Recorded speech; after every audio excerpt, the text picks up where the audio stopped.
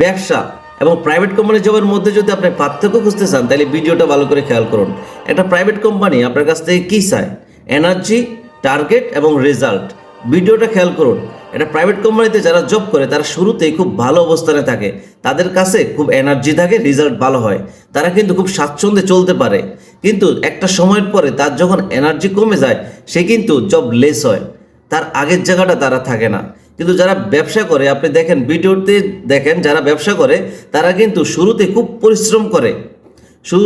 পরিশ্রম করে, তাদের রেজাল্ট কিন্তু খারাপ হয়, কিন্তু একটা সময়ের পর 40 বা 45-এর পরে সে কিন্তু তার প্রাপ্তির জায়গাটা চলে আসে, সে কিন্তু স্বাচ্ছন্দ্যের জায়গাটা চলে আসে।